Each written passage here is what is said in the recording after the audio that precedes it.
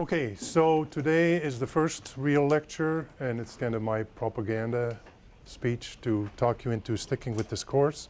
It's basically a motivation why spatial data science is important, and then a little bit of jargon. You know, anytime if you have no geography or GIS background, some of this terminology may seem a little strange, but it's just terminology. So once we're all on the same page, then we can move on with the actual techniques. And I also populated the chalk site with like 6 weeks ahead of time, so you can take a look. If you have issues accessing some of the materials, let us know. I know that some of the guest people can't see everything, and you know, as I told you, I'm not that familiar with chalk, so we'll figure out how to set it up. So what we're going to do this afternoon is start with some motivation. Why is spatial thinking, from my perspective, all of a sudden the thing to do in social sciences? Then give you some, as I said, some definitions about what we mean by spatial analysis, what it consists of.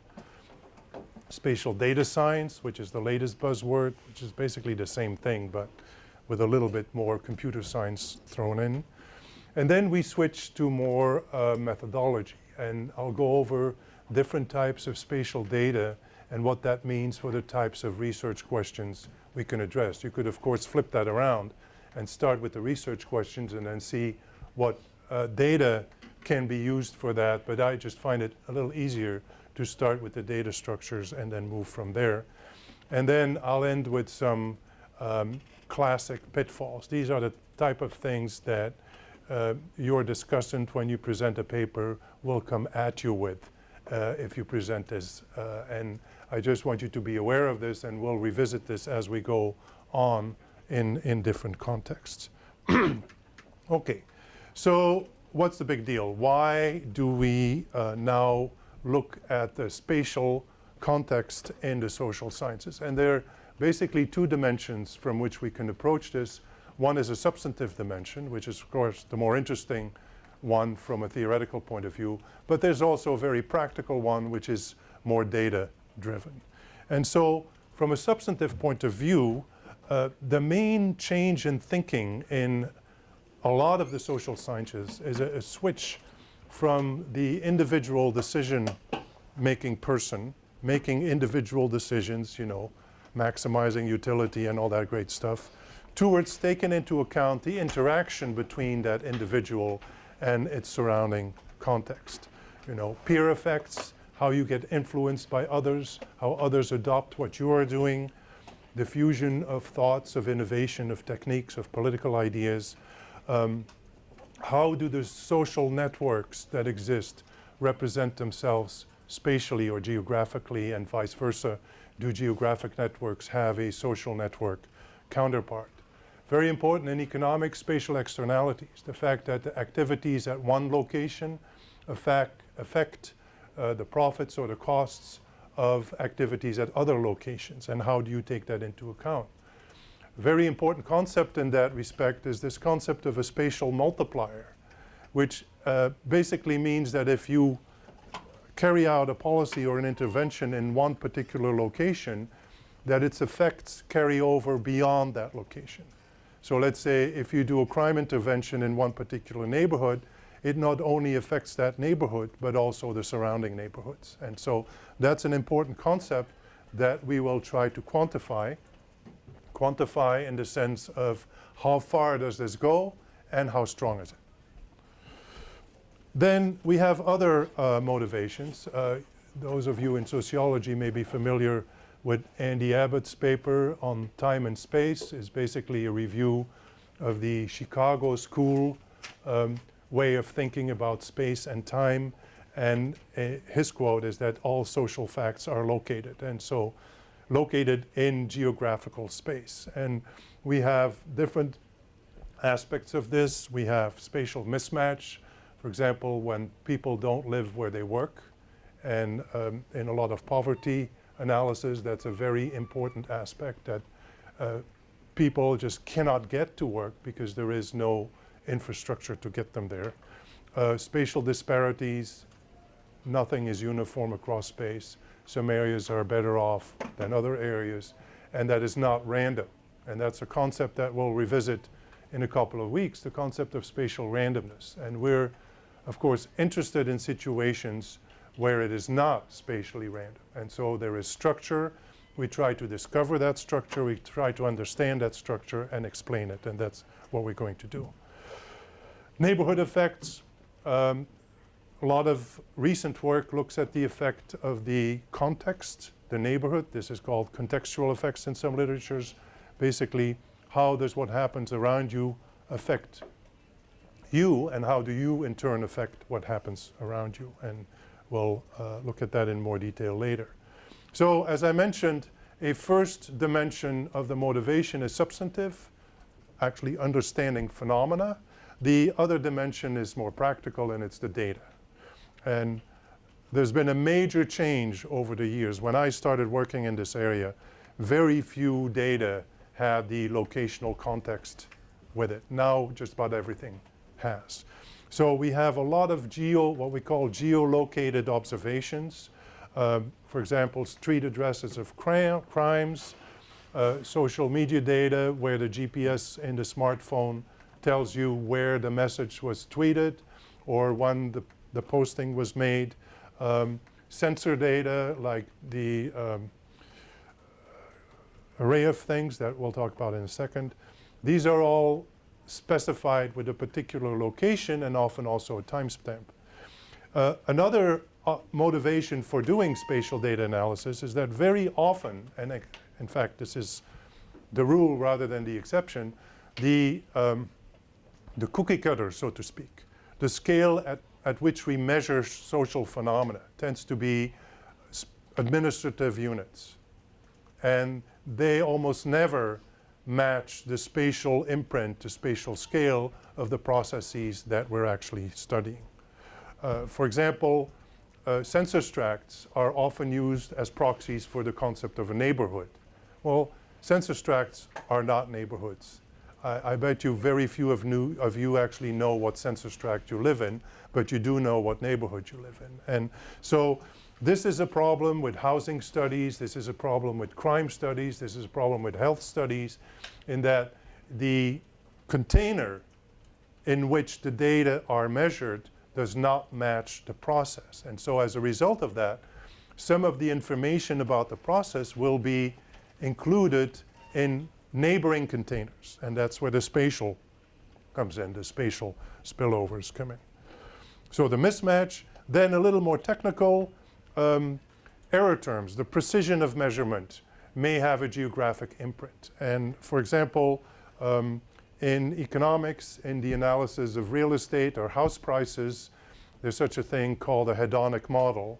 A hedonic model explains the price by the characteristic of the good that is being sold. So for a house, the price of a house is explained by the characteristics of the house.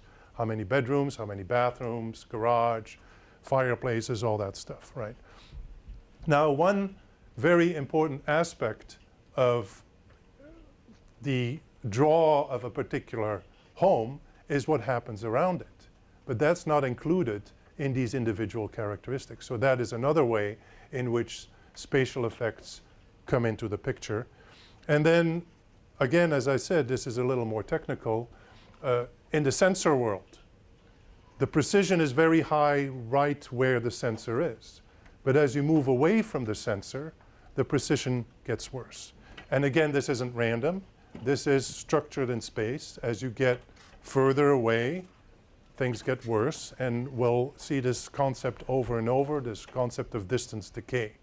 There is a connection between the distance of separation and the correlation or the error term or these other things that we'll make more concrete later on. And then finally, the most technical of them all is what is called in the literature the change of support problem. Now, support is a statistical term. Support means the range of data that you actually observe. So say if you do a survey of households and their incomes are between, let's say, $5,000 and $30,000 a year, that is the support. That is the statistical support for the variable income. So in other words, you don't know anything about anybody who makes 100,000 because they're not in the support, right? Now think of this spatially. In space, the support will be the area in which you have your measurement. And for a lot of studies, for a lot of analyses, the information that you have does not pertain to the same area. For example, if you do educational studies, you may have information on school districts. School districts do not match census tracts. So you have information on the socioeconomic characteristics of the quote-unquote neighborhood as the census tract, and then you have other characteristics of the school district. How do you get these to match? That's an inherently spatial problem that will require spatial analysis. So just some examples, classic examples. These are the readings that you might want to look at as not critical, but if you're interested in this area and if you have time, I would definitely recommend reading this Of Time and Space article, especially if you're a sociology person. This really puts things into context. And if you read between the lines, you will sense that this is written a while ago, but you will sense that at that time, this was not an automatically accepted thing. Taking space into account was considered weird. And I've been there. I started in this world, and basically it was not accepted to do that in proper social science research. This has completely changed. And some of the reasons why it's changed are spelled out in this article. There's a whole initiative that I was involved with, Spatially Integrated Social Science. There's a whole book about it, but this article gives you some motivation. It was based on the proposal that we wrote to National Science Foundation. John Logan has a nice piece on spatial thinking in the social sciences, which is a little more recent perspective compared to the Abbott piece. There's a recent piece in Science that is it's only a page and a half. It basically is a statement by CDC and NIH as to why they are now taking spatial aspects into account in their research, in their analysis, in their funding, which is a total turnaround.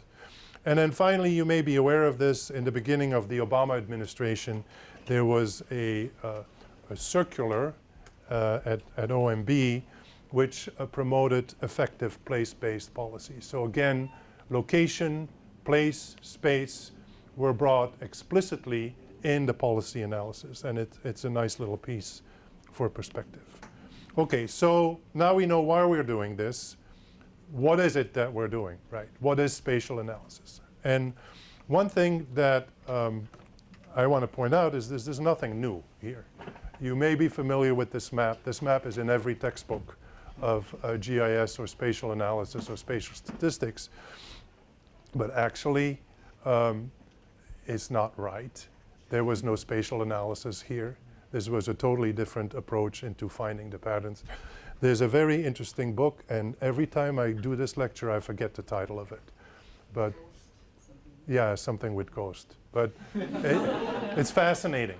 It's fascinating because it actually tells the story of Dr. Snow and how he actually put two and two together and figured out that the people who drank water from that particular pump were the ones who got the cholera. And ghost map, yeah. So it's nothing to do with spatial analysis. But of course, it's a nice, This is real spatial analysis. It's, 2 years ago, but it's the same now. This, the Chicago Trib does this. It puts out maps of the crimes. And so then the question is, this is a map, but it's more than a map. What is really going on here? Are there any patterns in here that are interesting? Can we identify them? Can we find the clusters or the hot spots or the cold spots? And then can we explain them? Can we figure out why these places are different than other places? So that's really what we're going to be doing, right? I can't say this enough. Spatial analysis is going beyond mapping, okay? All too often, the general impression is that GIS and spatial analysis is about making a map. The map is only part of the story. In fact, the map is really secondary to the story. It's really about learning from the data and providing what is called added value. So it's every imaginable manipulation of geographical spatial data that you apply to gain knowledge. And so spatial analysis you can think of as being part of this, this actually comes out of computer science, this idea of knowledge discovery. KDD is knowledge discovery from databases. It came from the computer science database literature, but they have this kind of cute little sentence, you know, from data to information to knowledge to wisdom. So you don't just stop at the information part, you just keep pushing it. And the idea is that we really want to squeeze information out of the data that changes the way we think about things. That's the ultimate goal, right? So what do we do? What are the kind of questions that we ask? And I purposely put this way. This isn't very sophisticated, but this kind of gets it across at what it is that we're actually doing. So where are things happening? Okay. So we have to figure out locations, patterns, clusters, hotspots, disparities in space. This is where a lot of the mapping comes in, but it's mapping plus. It's mapping plus exploration, exploratory data analysis, as we'll see later. Then much trickier, why do things happen where they happen? So what are the location decisions? How we can start understanding this. Then the third one is about context. How does what happens in one particular location affect what happens around it and vice versa? So there's this feedback effect. And by the way, parenthetically, it is this feedback effect, this interaction, that makes spatial analysis difficult. In a time series, the past predicts the future. The future doesn't predict the past. In space, it goes both ways. As I often say, I am my neighbor's neighbor. So if I influence my neighbor, then my neighbor influences me. So I influence myself through my neighbor. And it's this constant feedback, this simultaneity, that we have to keep in mind when we do spatial analysis. This is something that you don't have to think about when you have the traditional, you know, independent, identically distributed data points. They're all independent, they don't influence each other. In time series, there is influence, but it's one directional. In space, it's two directional. It's not just two-dimensional, it's also two-directional. So it comes back at you. And then a fourth aspect, which is very important for practice and policy, is the whole optimization idea. You know, given the age distribution in a city, how many schools do we need and where should they be, right? This big deal in Chicago after the school closings, how did that affect the layout of the city spatially? You know, so there's a whole branch of spatial optimization that looks at these kinds of questions. So for those of you who are not used to a geographical or a spatial perspective, I have this little example here to kind of try to get it across. One is analysis spatial and one is it not spatial, right? And the critical difference is that where you observe phenomena matters. Where the activities happen matters. When location matters, then we have a need for spatial analysis. When location does not matter, spatial analysis is not going to help you, okay? So more technically, it has to do with information content. What you learn from the data. And if the location changes and your information content changes, then that's where spatial analysis is relevant. And the example I use is actually a real example. There's a fake city here and a real city here, and it's Milwaukee. And many of you might know that Milwaukee is one of the most segregated cities in the US. And this is a map of census tracts in Milwaukee that gives the percentage African American, right? One of these maps is the real map. The other map is a fake map where we take the same data So let's say we have 100 census tracts with 100 numbers. We take the same 100 numbers and we randomly put them into space. This is the fake map. The one on the right is the real map. And it's real, it's very segregated. All the browns and reds are together, all the blues are together, right? This is the same data but switched around. So obviously, this is an example where location matters. But very interestingly, and it takes a little while to get this subtlety, the non-spatial analysis is not affected. So this is a histogram with the distribution of percent African American by census tract for each of the two maps. Now, why is it identical? Because the histogram doesn't know where those observations are. There's no location here. So this is an example of non-spatial analysis. You can't tell the difference. Now, one of the things we're going to learn is measuring spatial autocorrelation. And one of the tools we're going to use is called a Moran scatter plot. And here we do see the difference. The one on the right has a very positive, steep slope, a very high degree of positive spatial autocorrelation, which means nearby things are very similar. Remember the map, all the reds together, all the blues together. This is about as flat and spatially random as it can get, a slope of 0. That's our fake map. And it is like this because we constructed it like that. We randomly reshuffled the data points over the map, and that is a technique that we'll use again and again later on to carry out statistical inference. So this is an example of where the spatial analysis matters. And so what are the kinds of things that we're going to be doing then?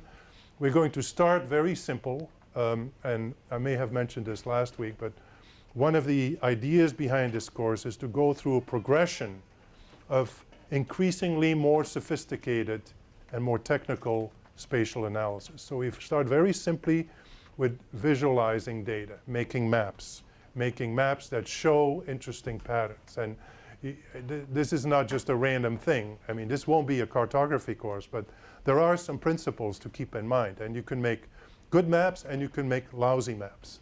And I've seen a lot of lousy maps made by taking the default in a not-to-be-named statistical package.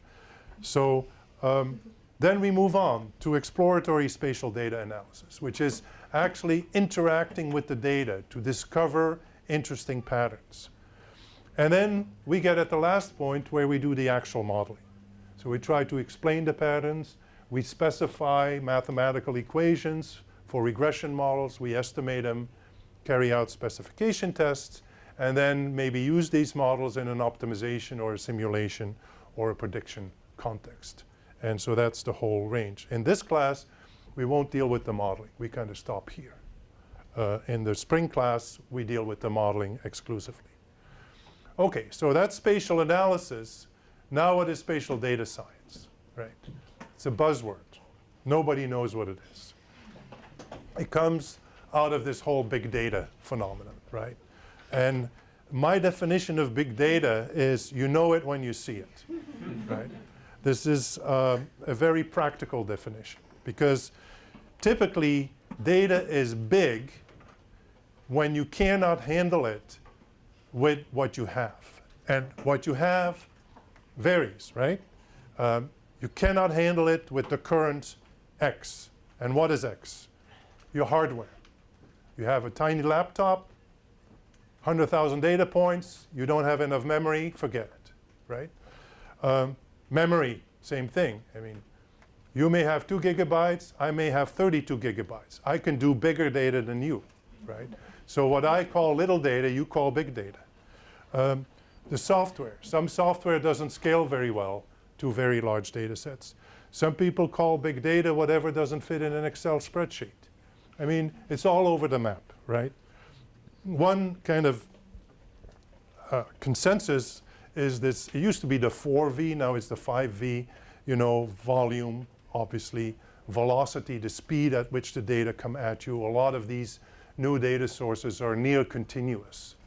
You know, that used to be the case only with the stock market, but now all kinds of stuff is measured in almost instantaneously. variety. A lot of these data are unstructured. The value is obviously the economic interest, you know, the reason why companies like Google and Facebook exist and make a lot of money. And then veracity is a little more controversial. You know, there's a whole discussion as to what you can actually do with this big data, and we might talk about that or we might not. If you haven't seen this book, I highly recommend it. It's written by somebody who works for The Economist. It looks at a number of aspects of big data. It's a couple of years old, but it's still highly relevant. If you have time and you don't know what to do, I would recommend it. So what are some of these issues related to big data and analysis? A first very important issue is, what is the sample size? Do you actually have the population, so the whole notion of a sample is irrelevant? Or do you have one observation, which is, again, not what we're used to. Just think about this for a second. It's not, you have all the Twitter posting, everything, right? Is that the population, or is that just one snapshot of what's going on? The argument is that the size of the data compensates for everything else you've been taught to do, like being precise in your measurement, thinking about your sampling framework, avoiding systematic measurement error, et cetera, et cetera. If you read some of the columns, or the early columns about big data, the end of whatever it was, not the end of science, the end of, it was not really, the end of modeling, I think it was. You don't need to, the end of theory, yes. The end of theory in Wired magazine. Very controversial statement. Is it or not really, right? And one of the things with big data is that the emphasis shifts from the classical, you know, social theory causation framework. You know, if you're in economics, everything is about causal effect. What is causal, what is not causal? In sociology, same thing. You know, when can you say that A causes B versus just being correlated with B? And so A happens to happen at the same time as B, but does that mean that A really makes B happen? That's very difficult to say. And the one way of thinking about big data is just forgetting about that whole thing. You don't really care. All you care is, can I predict how many people are going to be on the next flight between San Francisco and New York? And you don't really care whether, you know, the number of seats in some hotel causes that, as long as you can use that variable to predict the number of flights. And a lot of machine learning in a big data world is about correlation. Can you discover patterns, sometimes highly nonlinear patterns? You know, the big deal right now is deep learning. You know, deep learning is in essence fitting a highly nonlinear model, and you can fit it because you have the hardware to fit it.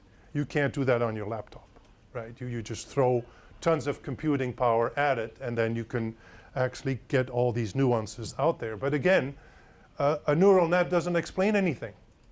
It's very good at prediction. In fact, oftentimes it's hard to beat, but nobody really can figure out what is happening in the box. You know, what are the relationships that get us to get this good prediction? And that's, from a theoretical point of view, from a social science theory point of view, that's a main drawback. Because if you're trying to predict stock prices, you don't care, as long as you make money, right? If you're trying to understand how the world works, it's a different story. So that's something to keep in mind.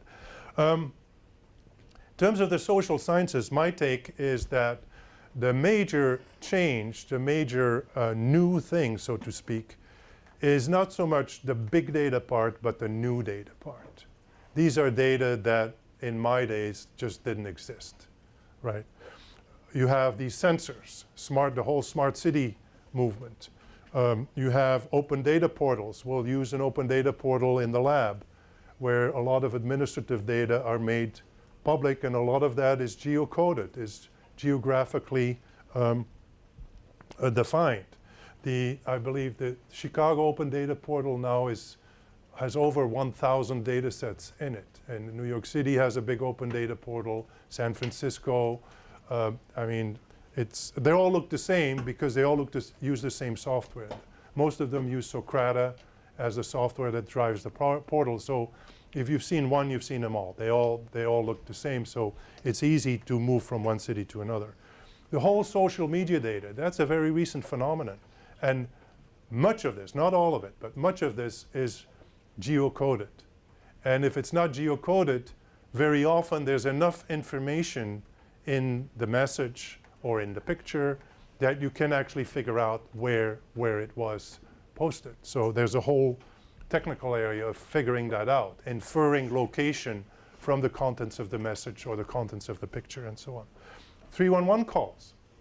These are, a gold mine for all kinds of different events that happen. People calling about cars being parked in their driveway, about potholes, about lights not working, and so on. So a recent paper, I think it just came out, looks at neighborhood transitions in New York City based on 311 calls about obnoxious things. So you have this whole ethnic transitions in neighborhoods in New York City, and these people use 311 calls to find borders, fuzzy borders between areas of transition.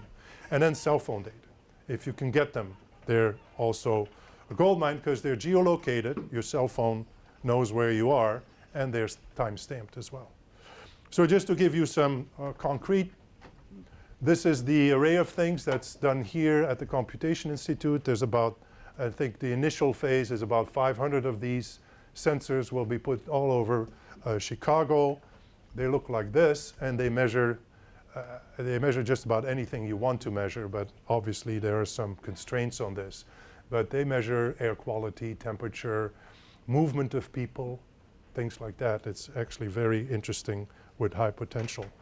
This is the way the City of Chicago Open Data Portal looks. If you haven't checked it out, I really encourage you to do so. In fact, you're going to have to in the lab and for the assignment. But it's a gold mine, but don't think for a second that you just have to click on this and get going with your analysis. I've picked an example for the lab next Monday that will show you several of the, as I mentioned last time, gotchas that you have to be really aware and wary of before you do any analysis. This is not clean data by any, in any sense. This is an example of the use of cell phone data out of the Sensible Cities lab at MIT, where they had information on calls by location and follow the flow of the people based on the phone call. So you may be familiar with there's a very famous animation from the Sensible Cities lab that show during the European Soccer Championships, Italy scored a goal. You can literally see it on the map because everybody calls their friend and says, "Did you see that?" And then it kind of comes up. So there's other more relevant applications. This is some work I've done with Sarah Williams on Foursquare and Twitter locations and the concept of digital neighborhoods, and we'll maybe talk about that more in detail later. So where does this fit into the bigger picture, right? There's some new analytical paradigms. I mean, you see here there's a new program, a master's in computational social science. Where does that come from? That comes from the appreciation that computation has become, because of the cheap hardware that we now have, as a very valuable way of carrying out scientific discovery. In fact, it's argued as the third approach. I think the first one is theory and the second one is experimentation. So that has led to this idea of computational social science. The software companies, the big companies, Facebook, Microsoft, and so on, go even further and talk about data-driven research. So this is where this concept of no more theory or theories are relevant comes from. Everything is from this big amount of data, which is not just to make money, because that's always been the case. People have always figured out how to use data to make money, but also to learn about the world, to promote social science in particular. And so that's often referred to as the fourth paradigm. So what is this really? It's fundamentally interdisciplinary. So it's kind of interesting because computer science claims it, statistics claims it, and then they're the domain specialists, as computer scientists refer to them, which are the social scientists or the physical scientists. So it's basically a combination of anything that pertains to data. So statistics, visual analytics, machine learning, data mining, simulation, optimization, it all comes together. So again, if you have the time, this is now getting a little bit dated, but this is from Microsoft Research. It's a book, The Fourth Paradigm. You can find a free PDF on the internet. You don't actually have to buy this book. And then this is a statement in, I believe it was in Science, I forgot, where a group of people, this came out of an NSF workshop, where a group of people said, well, what is this computational social science about? And what is new about it, and what can we do with it that we couldn't do before? Because that's always the argument, you know. What's the big deal about big data? How can we now do things that we couldn't do before in terms of questions asked and types of analyses? Then this is the Venn diagram I referred to last time, the data science Venn diagram. And some people refer to the people in the middle as the unicorns. You may have heard this in those of you in the computational social science masters. That point was made in the orientation. So it's the same thing again. It's all kinds of statistical computing techniques. And one very interesting aspect is that in statistics, one never used to talk about where the data came from and what you had to do before you could actually do your analysis. But operationally, that turns out to be huge. I mean, in the literature, it varies from 60 to 80% of the work is cleaning your data, getting your data ready for analysis. Highly labor intensive, very inefficient. One of the main research agendas right now in this whole arena is how can we make this more automatic, right? So you don't have to go through your data line by line and find out which values are weird, right? So you see where we come from. We have the computer sciencey part. We have the math and the statistics. Traditionally, we have the social sciences, so to speak, substantive experience. And the whole point is that nobody can do it by themselves. Okay, that's why you see in the data science world, the typical mode of operating is the team. It's not the individual.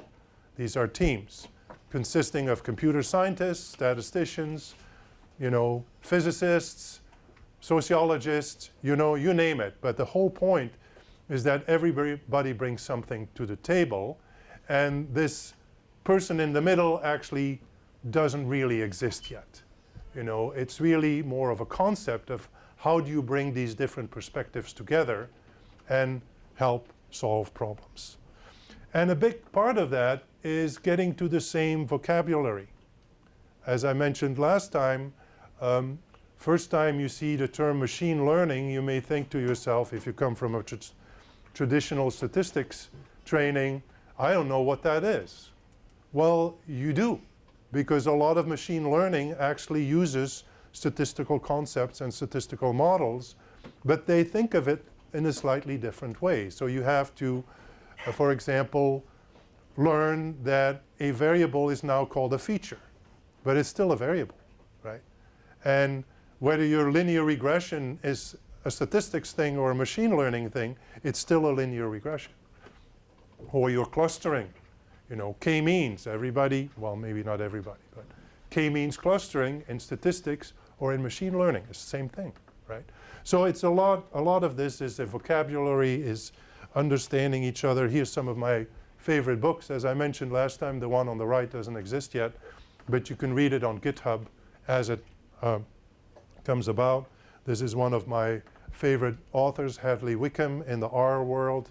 He's the person behind RStudio, and they, as I mentioned, were recently purchased by Microsoft, and so stuff is happening. Things are coming out regularly, and if you look at it carefully, you see that it all has to do with how can we make that initial stage, the data munging, data wrangling, how can we make that more efficient? You know? So what is spatial data science then? Well, it's data science plus space, right? This is my take on things. And we integrate geocomputations, all this stuff, spatial statistics, spatial econometrics, exploratory spatial data analysis, visual spatial analytics, spatial data mining. Why do I stress this? Because in most of these methodologies, space is not explicitly taken into account. Okay. So a lot of data mining, you throw everything in there and the solution comes out. But where these phenomena are is not taken into account explicitly. And of course, my personal bias is that that matters. Of course, the burden is on me to demonstrate that it matters and where it matters. And as we already saw, it's not going to matter in every situation. The situations where location is very important because it stratifies the social space, because it creates economic disparities, and all these kinds of things. That's where it's important to take space into account, right? And that's what we're going to see. So it's a lot of work. This comes out of this to appear book. It's a workflow.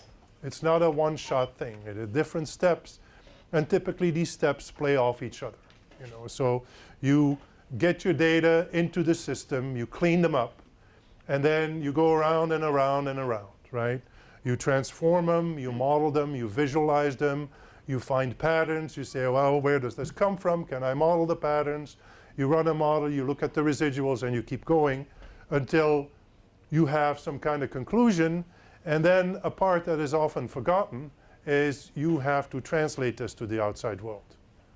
And you have to, unless you stay in your bubble, then you don't have to translate anything. But the moment that you go out of your bubble and actually deal with policymakers, deal with a city council or a planning council, you have to translate what you're doing.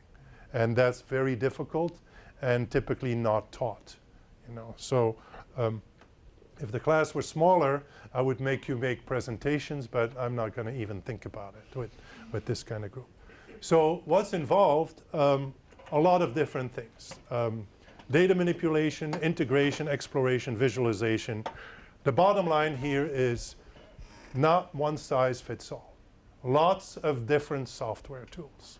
And so it's really important, and this is something you learn as you do, that you get a good sense of the landscape of the tools and that you figure out which tools are appropriate for which things. And that's one of the things we're going to do in the lab is we're going to look at different types of tools and you'll see how we can apply them.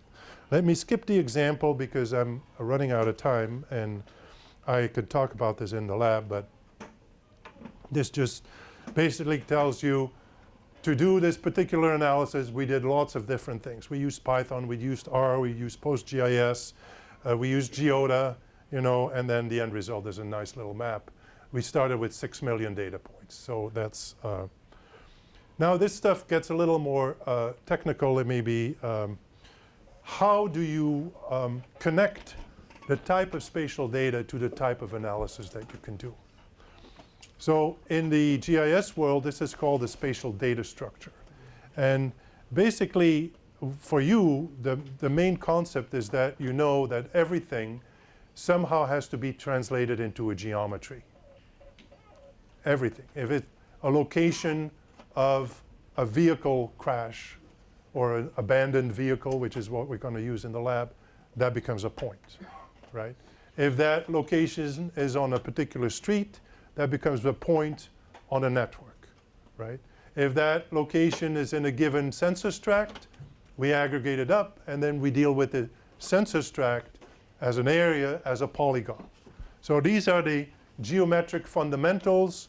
That's what GIS is all about. I won't dwell on this, but there are these kind of data structures, data models that say how these things all work together.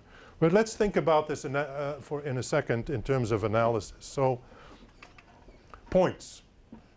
The location can be a random event. So crimes, accidents, locations of grocery stores, think of them as random events. Surfaces. Surfaces, air quality surface, noise surface, you know, the array of things will have measurement on noise, and then you're going to try to interpolate that to get a measure for locations that weren't measured, right? Obviously you can't have, you only have 500 sensors. What can you say about the locations where there is no sensor, right? That's spatial interpolation. Aggregate data, we call them lattice data. It's an unfortunate term, but that's what it is. Aerial units, census tracts, counties, countries, and then networks, right? Including social networks. A lot of the technology that we use in spatial analysis translates directly to social network analysis. Space-time, I just want you to know about this. We won't actually do this kind of analysis, but there's two different ways of thinking about this. One is the fixed container, and the other one is the variable. So the fixed container is when you have the same spatial unit and you follow it over time. For example, your sensors. The array of things, they're fixed, they don't change, they don't move, and you make measurements over time. This is called time and space in the literature. And then the opposite is where you have your Twitter person. You know, there's a couple of, you know, 1,000 of really crazy Twitter people who tweet all the time, and so you follow them. And you know exactly where they are at every point in the day, and so that's a moving object. There's some really interesting applications, buses with GPSs, Uber analytics, they know exactly where you go from and where you go to. The cell phone call data are an example. Also in biology, animal tracking. So my sister is a biologist and she works with birds, and she's in Belgium. So they put these little trackers on the birds and they migrate back and forth to Africa. And then when they catch them again, they have the exact trajectory of where these birds went, where they stopped, how long they stopped there. How do you make sense of that statistically? This is not your textbook statistics. You really have to think about this. So these are the kinds of things we do with space-time data. And so then the different data types result in different types of analysis. For example, are traffic accidents randomly in space, or are they somehow clustered? This will be point pattern analysis. Given sensor measurements on air quality, what is the surface for the region? In other words, what is the air quality for the locations that are not in your sensor, right? Where are hotspots of mortgage foreclosure? This is not a random phenomenon. This is systematically organized. That's cluster detection.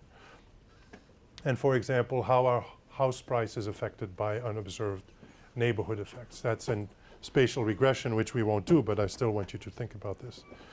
And so then statistically, question is, are the data sampled, or do you have everything there is? For example, all the census tracts in the city.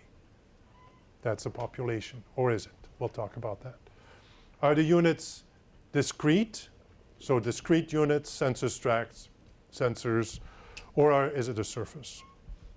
And are they given census tracts, or are they themselves random? The locations of the accidents, for example, the locations of the crimes are a random spatial process. That's the theoretical term. So these are all different dimensions that come into play when you think about spatial data that don't necessarily come into play in regular analysis. I will skip the examples because you can look at them yourselves. They're just some pretty maps, the kinds of things we're going to do in the class. But now the pitfalls. There are 3 pitfalls, right? And these are terms that you will see over and over. And you may already be familiar with some of them. First one is ecological fallacy. What is ecological fallacy about? In a nutshell, you can't say anything about individual behavior if you deal with aggregate units of observation, right? So you're looking at crime and you use county crime data from the FBI. You can say something that the county crime level is associated with the unemployment rate in the county, but you can't say that unemployed people will commit more crimes. That is an example of an ecological fallacy. So as long, there's nothing wrong with this, right, with aggregate analysis, as long as you keep the limitations in mind, as long as you don't oversell it. When you do aggregate analysis, you can draw conclusions about aggregate units, but you cannot draw conclusions about individual behavior. In other words, you cannot draw conclusions at a spatial scale below the one you measure. So if you do census blocks, census tracts, you cannot say anything about census blocks. The other way works. If you start at the individual level, you can aggregate up any way you want, and it remains relevant. One way to deal with this with multiple levels, which we won't actually do in this course, is multi-level modeling. But multi-level modeling as such is not spatial analysis. This is a common misnomer where you see in the literature, I deal with spatial effects by doing multi-level modeling. Well, you don't quite deal with the spatial effects. Second buzzword, modifiable areal unit problem. Again, it has to do with scale. There's a famous paper, 1,000,000 spatial autocorrelation coefficients, and it was an analysis of voting behavior in Iowa. And the author, Stan Openshaw, measured spatial autocorrelation starting with the electoral wards and slowly building up to higher and higher level of aggregation. And what he found is that the spatial autocorrelation changed magnitude and changed sign. Now, per se, there's nothing wrong with that. The information will change as you change the scale of analysis. The question is, you have to really know at which level you're working. And again, this has to do indirectly also with the ecological fallacy. The basic concept here, and we'll talk about this later in more detail, is spatial heterogeneity. Is that different processes work at different scales or at different locations. And just to illustrate this, in space it's a little more complicated than simply aggregation. You have both a scaling issue and what is called a zoning issue. So the scaling issue, let's say we start with A, B, you have smaller units. The zoning problem is that you have the same number of units, but the boundaries are different. And so that is in the literature referred to as MAUP, modifiable areal unit problem. It is one of the many instances where you have to worry about scale. And I'll say this many times, in spatial analysis, scale is critical, right? And so then the final one is the change of support problem. This is a little bit more technical. It is the case when variables are measured at different scales. So let's say you have some individual level data, but you also have census tract data or zip code data, which is really bad, but we'll talk about that later. And this, you can have one situation where they're actually nicely nested, like, counties into a state. So the state is the sum of all the counties, so there's a nice hierarchical situation. But also, in practice, very often, you don't have that. The example I already gave is school districts and census areas. They typically do not match. And then the solutions are aggregating up to a common scale, but if that doesn't work, the only way to deal with is what is called imputation, is making data up. And the only way you can make data up in a rigorous fashion is by taking a Bayesian perspective. And we won't go there, it's a little too complicated. We won't go there in this class, I should say, but that is kind of the array of the types of problems. So basically what I try to do here is get you aware of where I'm coming from, what is this spatial analysis, what is the data science part of it, what are the kinds of data situations we'll consider. So we'll consider what we call aerial data, which is the most common analysis. But that's aggregate analysis, so it gets us into potentially ecological fallacy issues. We'll deal with point data, which are individual data, but there's a selection problem here because these point data are events. We don't have the non-events. So we have the location of the car crash, but we don't have the location of the car crash that was avoided. And so that creates other statistical problems. And then when we have our sensors, we have fixed measurement points, but then we have an interpolation problem. How do we make data for the locations where we don't actually observe the data? And how do we know how reliable that data is? How can we interpret the precision of that data and the error structure and so on? So that's where I'm going to keep it. As I mentioned to you, I'm still gauging the speed here. I think I went a little bit over time. I did, didn't I? No? I go to 250. Yeah. Oh, why did I think I went to 220? Okay, well.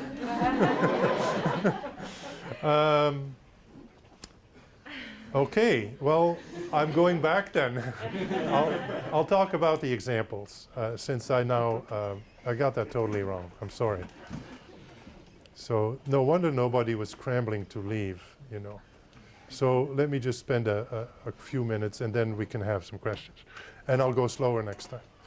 Okay, so this digital neighborhood thing, we looked at Twitter messages and Foursquare location data. So we have one particular week, and we ended up looking at 500, close to 600,000 data points. But those data points came actually from more than 5 million messages. So you start, I don't know if anybody has worked with Twitter data, but they come in a JSON file.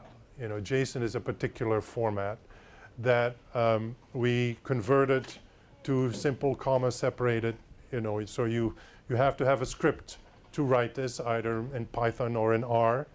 And these messages were in almost 6,000 different files. So you're not going to do this by hand, right? This is not going to work. So then we basically had to select those messages that did have the geographical information, and typically about 5 or 6% of them do. We had what you call the fire hose, which is everything, not the little sample that Twitter gives you. So more than 20 gigabytes of memory. So again, I mean, is this big data? Not for us, because we have big computers, but if you have, 2 gigabytes on your laptop, it's not going to work. So then we put this in a spatial database, so we can do all the different spatial queries, and so that requires, in our case, we use PostGIS. We aggregated the points up to the aerial units, in this case, block groups. This is something you are going to be doing in the lab, and then you can do this in R. You're going to do it in R in the lab, or you can do it directly in the database in PostGIS, which is a spatially aware database, as opposed to, Postgres as is, which is not spatially aware.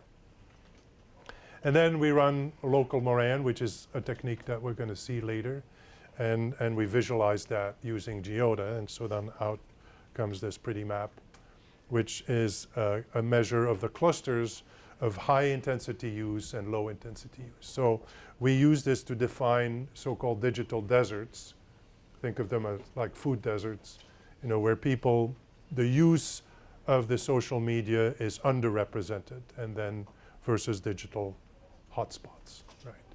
So that is an example of what I call spatial data science. What you notice in here is that there's a lot of prep before we actually get to the analysis. Now, the prep part, I would love to have a whole course just devoted to that, but unfortunately we'll have to limit it to just one lab. And as I said last time, every one of these lectures could be a whole quarter-long, even semester-long course in its own right. So we're going wide, we're not going wide, not going very deep. So what we'll do after the first lab is focus on the analysis, focus on the techniques. not dwell too much on the data prep. Okay, then let me move. So I gave this lecture at another place and it took me 90 minutes. That's why I was so paranoid that I would run out of time, and I had the clock completely off. So let me come back to this, and we have the different kind of data and the types of data research questions that we can ask. And so points, and since I have a little bit of time, let me dwell on this. Points can be incredibly confusing, because from a geometric point of view, a point is a point, right? You have x and y coordinates, that's it, right? From an analysis point of view, this point can be different things. For example, it can be the location of a crime, of a shooting. In that context, the point is a random variable. The location of that point is random. And what we're trying to understand is, what is the spatial process underlying the locations of these points? So it's not deterministic in that the point could have also happened somewhere else. But what is the chance that a shooting happens in a particular location? So you may see this sometimes, these risk surfaces, right? So what is the chance of getting into a car crash? Where does that come from? That comes from looking at the events and then trying to figure out what is the spatial systematic process that yields the events, then mapping that out.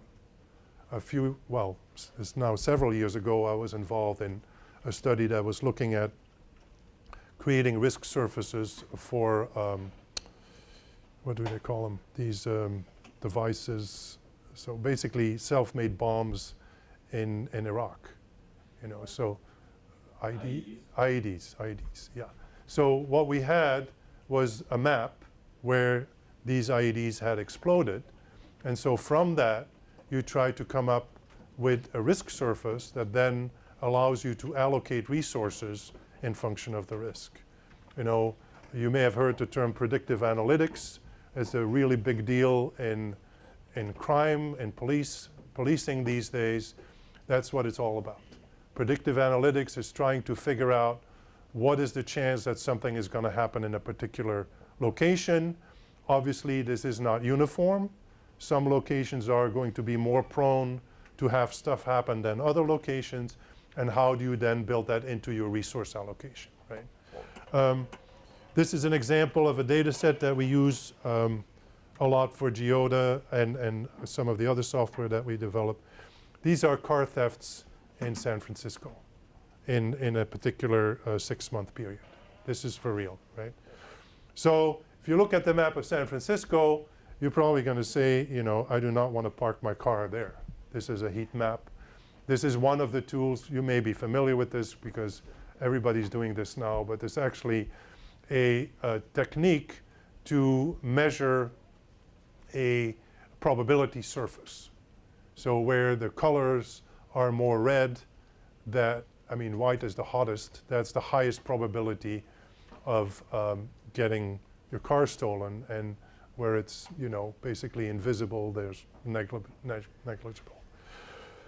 This is all well and good, but what is a very important factor that I haven't brought up here when you think about it for a second? Population. Exactly.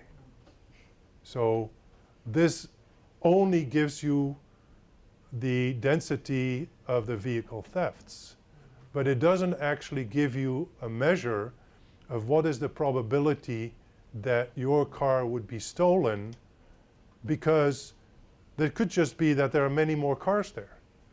And in fact, it could be that the chance of getting your car stolen is uniform, meaning the same everywhere, but there are just more cars stolen there because there are more cars to steal, right?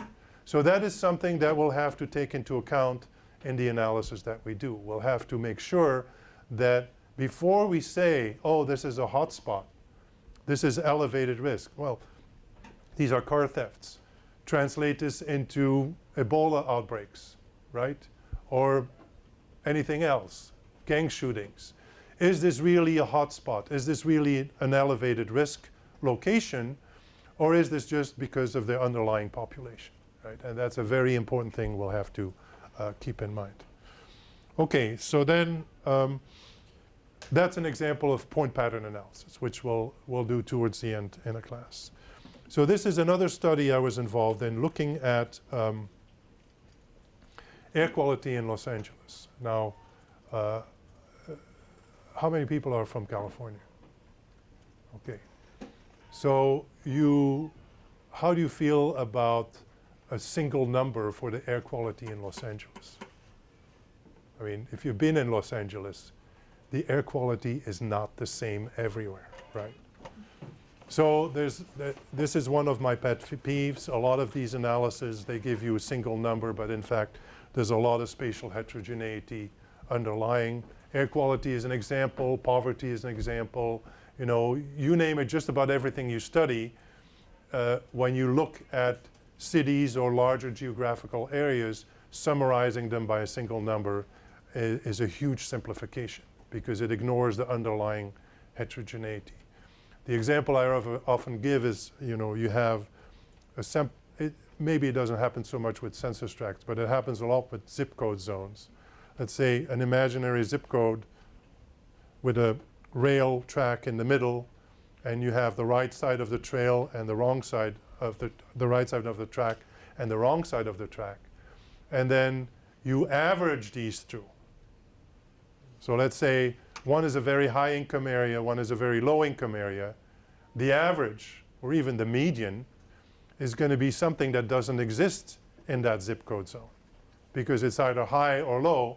The middle doesn't exist, and the middle is what you get as a result of spatial aggregation. So that's something we have to be, or at least I try to make you very aware of these kinds of phenomena. So in LA, the air quality is very uneven. Some parts of LA, like, you know, Orange County, very nice. If you move out Riverside, San Bernardino, better wear a mask, you know, or shut off the vents in your car. So we were interested in finding out how air quality might affect house prices. And so how do you do that? Well, the little points on the map are all the individual house sales that we had, and the triangles are the 33 air quality monitoring stations. So obviously we had something like 300,000 house sales. We don't have 300,000 monitoring stations. So we need to come up with the air quality for 300,000 of these house locations from the measurements at these 33 stations. And that's what geostatistics does for you. We'll see how that works. And out of this comes a so-called interpolated map, which is based on a technique called creaking. And so this is an instance where the points are not random, but the points are actual measurement stations. They're given, they're fixed. And then, but to the map, to the GIS, they're just points. So you're the one who has to know whether this point is a random event or whether this point is a measurement station. There's even a more extreme example. Let's say you work with counties, but you don't actually have a GIS, you don't have a map of the counties, but you have the county seat with latitude and longitude, with the coordinates. So then the points, in that case, are actually not even actually points. They represent the area.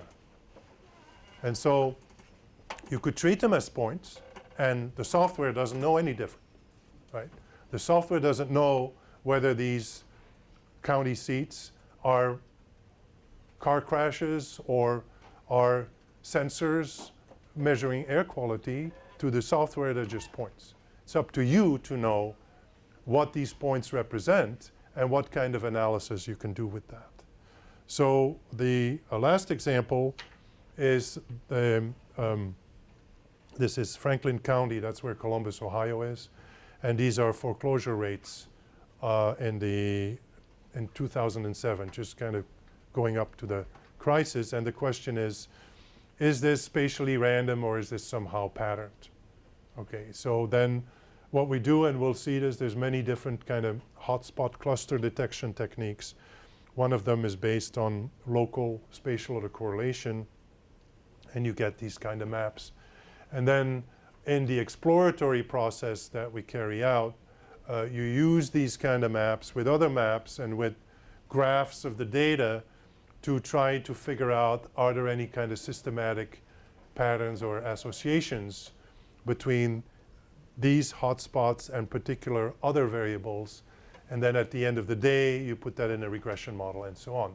We won't go that far in this class, but I should be pretty good at squeezing my semester into a quarter at the rate that I'm going, you know. But anyway, this is one of the important tools in exploratory data analysis. So since we have a little bit of time, any questions? Do you have like car model information for the San Francisco? Car model? Yeah, like model that was stolen. I think possibly in the original data that could be there. I don't think it's in our set, but the abandoned vehicle data set that you're going to be working with in the lab has the models. And that it actually has everything. But there's a lot of missing data.